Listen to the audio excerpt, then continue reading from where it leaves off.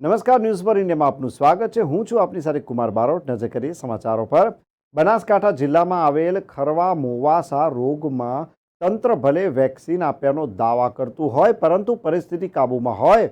સરહદી વિસ્તારની વાસ્તવિકતા કંઈક અલગ છે। આજે પણ રિયાલિટી ચેકમાં જાણવા મળી આ સત્ય બાબત। જોઈએ આ ખાસ ન્યૂઝ ફોર ઇન્ડિયાના અહેવાલમાં કે શું છે આ વિસ્તારની પરિસ્થિતિ અને શું કહે છે પશુપાલકો અને કેવો દાવો કરે છે વહીવટી તંત્ર।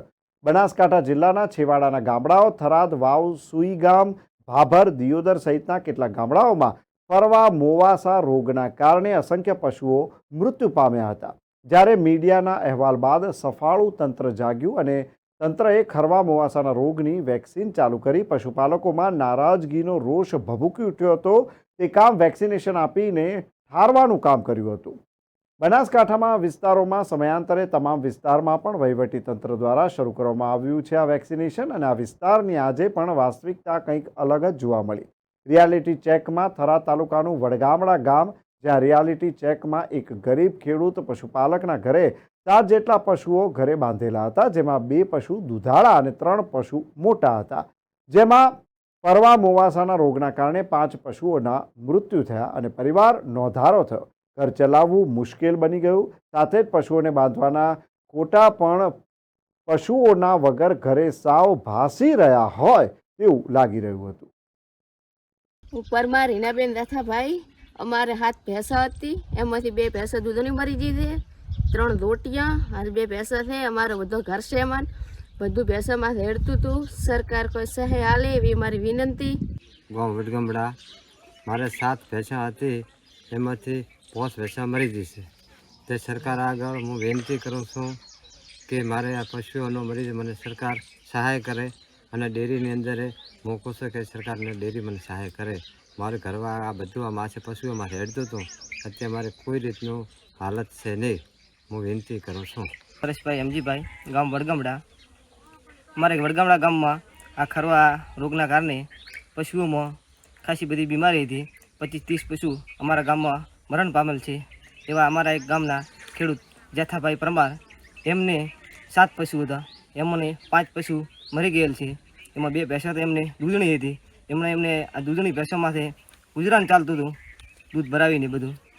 અને અત્યારે 2 ભેંસો મરી ગઈ, 3 ભેંસો બીજી મરી ગઈ છે। એટલે જેઠાભાઈને કે આખા ગામને કોઈ સરકાર અથવા બનાસ ડેરી સહાય હાલે એવી અમારી વિનંતી છે। થરાદ તાલુકાના વડગામડા ગામના ખેડૂત જેઠાભાઈ પરમારના ઘરે 7 જેટલા પશુઓ રાખી પોતાનું ગુજરાન ચલાવતા હતા। થોડા સમય પહેલા આવેલા બનાસકાંઠામાં ખરવા મોવાસાના રોગના કારણે 5 પશુઓનું મૃત્યુ પામતા માત્ર ઘર આગળ ખાલી કિલ્લા જોવા મળી રહ્યા છે। પશુપાલકે જણાવ્યું હતું કે પશુઓ દોઈને અમે અમારું ગુજરાન ચલાવતા હતા, પરંતુ 5 પશુઓના મોત થતાં દૂધ મંડળીએ દૂધ બંધ થઈ ગયું। હવે ગુજરાન ચલાવવું મુશ્કેલ છે। સરકાર અને બનાસ ડેરી દ્વારા ગરીબ ખેડૂતોને, પશુપાલકોને જેમના પશુ મૃત્યુ પામ્યા છે તેમને યોગ્ય વળતર આપે તે જરૂરી છે। થરાદ વાવ તાલુકાની અંદર 1 મહિના પહેલાંથી ખરવા મોહાવાની મહામારીને લઈને કેટલાય હજારો પશુઓના મોત થયા છે। અંદાજે અમે કલેક્ટરશ્રીને આવેદનપત્ર આપ્યું, એ વખતે 5000 ઉપરની આંકડો કરીને અમે આપ્યું અને આજ દિવસ સુધી કોઈ સરકારે આના પગલાં લીધા નથી। અને જ્યારે 1 મહિના પછી જ્યારે મહામારી ફૂલ ચાલુ થઈ, એક ગામમાં 700 1000 પશુઓના મોત થયા અને પછી જ્યારે આવેદનપત્ર કલેક્ટરશ્રીને આપ્યું, એના પછી સરકાર જાગી છે ડેરીના માધ્યમથી અને સરકારના માધ્યમથી।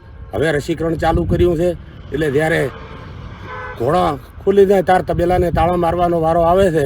એટલે આવી ઊંઘતી સરકારને મીડિયાના માધ્યમથી હું કહેવા માગું છું કે સરકાર સુધી સંદેશો પહોંચાડો। જે પશુઓ મર્યા છે અને જે પશુ ધન ઉપર છે અને દૂધ ઉપર ધંધો ચાલતો હતો, એ લોકોને અત્યારે જે 1 કે 2 મરી ગયા છે અને ખૂંટા ખાલી થઈ ગયા છે, એ લોકોને સરકાર જરૂરથી વળતર આપે એવી હું સરકાર પાસે અપેક્ષા માગું છું અને મીડિયાના માધ્યમથી સંદેશો પહોંચાડવા માગું છું સરકારશ્રીને। વડગામડા ગામના આગેવાન રામજીભાઈ ચૌધરીએ જણાવ્યું કે બનાસકાંઠાના સરહદી વિસ્તારમાં અસંખ્ય પશુઓના મૃત્યુ થયા છે, ત્યારે આવા સમયે રાજ્ય સરકાર દ્વારા કાવા દાવા છોડી જે પશુઓના મૃત્યુ થયા છે અને પશુપાલકો પશુઓ રાખી આત્મનિર્ભર ખેડૂતો હતા ત્યારે સર્વ કરાવી યોગ્ય વળતર આપવામાં આવે તેવી માંગ છે. ની આપણે પરિસ્થિતિ કહીએ તો તાલુકાની અંદર પરિસ્થિતિ ટોટલ કંટ્રોલમાં છે, બરાબર. આના દ્વારા સરકારશ્રી દ્વારા જુદા જુદા 3 પ્રકારના પગલાં લેવામાં એમાં રસીકરણ, સઘન રસીકરણ શોર્ટ ટાઈમમાં પૂરું કરવામાં આવે કરવાનો ટાર્ગેટ છે. હવે રસીકરણની આપણે વાત કરીએ તો ટોટલ થરાદ તાલુકાની અંદર 3,02,400 ડોઝનો સપ્લાય કરી દેવામાં આવ્યો છે. એની સામે ટોટલ આજ સુધીનું 2,16,000 વેક્સિનેશન પૂર્ણ કરી દેવામાં આવેલ છે અને આપણી પાસે હજુ પણ 50,000 વેક્સિન ડોઝનો જથ્થો આપણી પાસે સ્ટોકમાં છે. હવે બીજી વાત કરીએ ટ્રીટમેન્ટ, બરાબર. ટ્રીટમેન્ટમાં સરકારશ્રી દ્વારાની 5 ટીમો અને સાથે બનાસ ડેરીની 13 ટીમો એમ ટોટલ 18 ટીમો કામ કરી રહી છે અને કોઈ પણ વ્યક્તિનું કે પશુપાલકનું પશુ બીમાર હોય તો એની સારવાર સઘન બનાવવામાં આવી છે.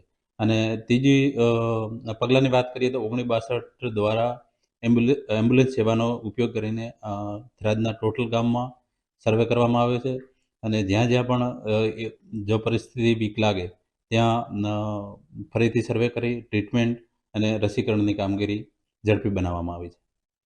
ખાસ કરીને સાહેબ ખરવા મોવારામાં પશુઓને કેવા પ્રકારની અસર થાય છે અને કેવા પ્રકારની સારવાર કરી શકાય? હવે ખરવા મોવાસા એ વાયરસથી થતો રોગ છે અને આ એટલો ચેપી રોગ છે કે એકબીજાના સંપર્કમાં અથવા હવાથી ફેલાશે એટલે તરત પશુ બીમાર પડવાના ચાન્સ રહે છે. હવે આ રોગમાં સામાન્ય રીતે મોઢામાં અને પગમાં આ 2 રીતે ચાંદા પડે છે. પછી મોઢામાંથી લાળ ટપકવી, ખૂબ જ તાવ આવા લક્ષણો જોવા મળે છે. એની સારવાર માટે આપણે જે મોટા પશુ હોય એમાં એક વખત તાવ રહે છે, સારવાર કર્યા પછી તાવ સામાન્ય થઈ જાય, પણ એમાં તકલીફ એ થાય છે કે મોઢામાં ચાંદી પડે કે ને એને રૂજ આવતા લગભગ 10 થી 15 દિવસનો સમય લાગે. તો એ ચાંદીના રૂજ માટે આપણે હળદર પ્લસ માખણ અથવા તેલ અથવા આપણે સોડા બાયકાર્બ એટલે કે પાપડીઓ ખારો દેશી ભાષામાં કહીએ એનું મિશ્રણ કરી અને એને દાડામાં 3 વખત આપણે મોઢામાં આપીએ તો એ જે ચાંદા પડ્યા એની રૂજ આવવામાં મદદ કરે છે. હાલ કેટલા ટકા વેક્સિન થયું છે પશુઓનું થરાદ વિસ્તારમાં? અત્યારે લગભગ 60% વેક્સિન પૂર્ણ થઈ ગયું છે. કેટલા દિવસથી વેક્સિન થાય છે? આપણે 10 તારીખથી વેક્સિન શરૂ કર્યું એટલે 10, 11 ને 12 આ 3 દિવસમાં આપણે 2,16,000 જેટલું યુદ્ધના ધોરણે વેક્સિન પૂર્ણ કરી દીધું. કેટલી ટીમો કામ કરે છે અત્યારે થરાદમાં વેક્સિનેશન માટે? ટોટલ 181, એમાં સરકારશ્રી તરફથી 10 એલઆઈની ટીમ કામ કરે છે અને બનાસ ડેરી તરફથી એ કર્મચારીઓ મળીને કુલ 181 વ્યક્તિઓ કામ કરી રહ્યા છે. બનાસકાંઠાના થરાદના પશુ ચિકિત્સક પટેલ હિરજીભાઈ જણાવ્યું હતું કે થરાદ વિસ્તારમાં પૂરજોશમાં ખરવા મોવાસા રોગની વેક્સિનનું કામ સહકારી ટીમો સાથે બનાસ ડેરી દ્વારા એઆઈ કર્મચારીઓ દ્વારા 181થી વધુ ટીમો કર્મચારીઓ સાથે ચાલી રહ્યું છે અને માત્ર 2 કે 3 દિવસમાં થરાદ વિસ્તારમાં 100% પશુઓનું વેક્સિનેશન થઈ જશે. ઘણીવાર એઆઈ કર્મચારી પશુપાલકના ઘરે જાય ત્યારે પશુપાલકો વેક્સિનેશન પશુઓ બીમાર થાય તેવા ભયથી નહીં કરાવવા દે ત્યારે આવા પશુપાલકોને વિનંતી કરીએ છીએ અને પૂરતું પશુઓને વેક્સિનેશન કરાવી અને પોતાના પશુઓને બચાવે તે જરૂરી છે. જો ક્યાંય પણ પશુ બીમાર જણાય તો બનાસ ડેરીના પશુ ચિકિત્સામાં તેમજ 1962 નંબર ઉપર તેમજ સરકારી ડૉક્ટરનો કોન્ટેક્ટ કરી અને પશુઓને તાત્કાલિક પ્રાથમિક સારવાર કરાવે તે જરૂરી છે. બનાસકાંઠામાં 23 લાખથી વધુ વેક્સિનેશનના ડોઝ સરકાર દ્વારા ફાળવવામાં આવ્યા, જેમાં 4 દિવસમાં 5 લાખ પશુઓનું વેક્સિનેશન એઆઈ કર્મચારીઓ દ્વારા કરવામાં આવ્યું.